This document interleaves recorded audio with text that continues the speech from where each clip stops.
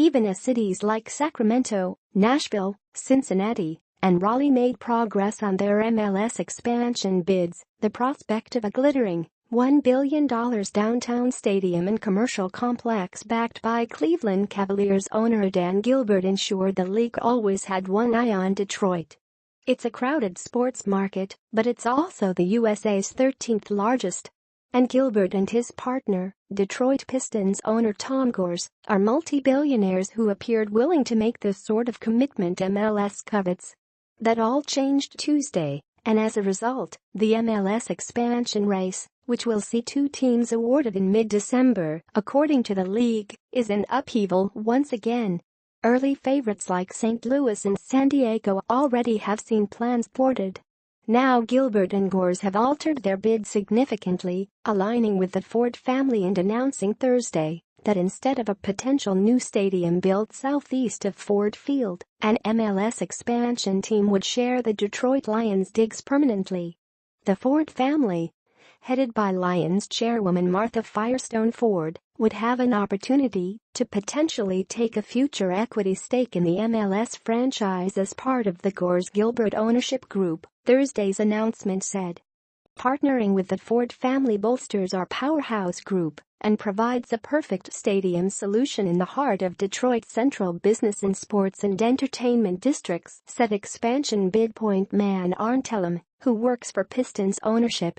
We also saw additional evidence that multi-use stadiums can be very successful in the right situation, and we believe our new proposal is superior for the city and for MLS in every way. MLS likely won't feel that way. The league has made exceptions, certainly. In some cases, because it was hasty or backed into a corner, New York City FC, and in the case of Atlanta United, and owner Arthur Blank, because of a long relationship with an owner eager to join the league and who promised to design and build a new large venue with soccer very much in mind. Blank was awarded the team well before Atlanta broke attendance records because MLS approved his stadium plan from the ground up. If the crowds at Mercedes-Benz Stadium have convinced Gilbert, Gores and the Fords that a similar venue will work in Detroit, they may be ignoring the fact that Ford Field, 15 years old and recently renovated, isn't a similar venue.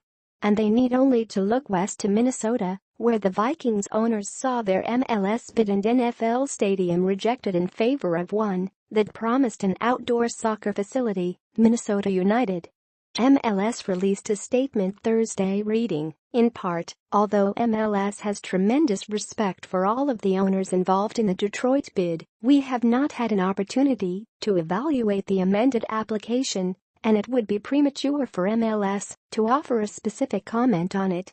MLS continues to prioritize soccer-specific stadiums as a criteria for the selection of MLS expansion markets. The deal granting Gilbert access to the land on which he'd built the new Justice Center also pushes forward an effort by a group led by Gilbert and Pistons owner Tom Gores to build a 23,000-seat stadium on the unfinished Grady jail site to host a Major League Soccer team, the paper said. The investment has been estimated at $1 billion. The application for an expansion team filed in January listed only the jail site as our location. Less than a month later, the stadium part of that plan appears to be dead.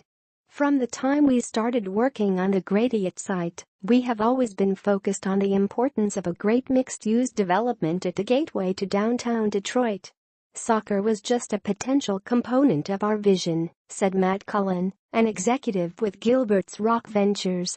But once we better understood Ford Field's unique attributes, including the recent renovations and a bold design that is perfectly suited for soccer, we decided to change course. We have made clear to the county that we are still fully committed to moving forward with our proposal to build out a new criminal justice complex. We are also fully committed to a mixed-use development on the Grady site.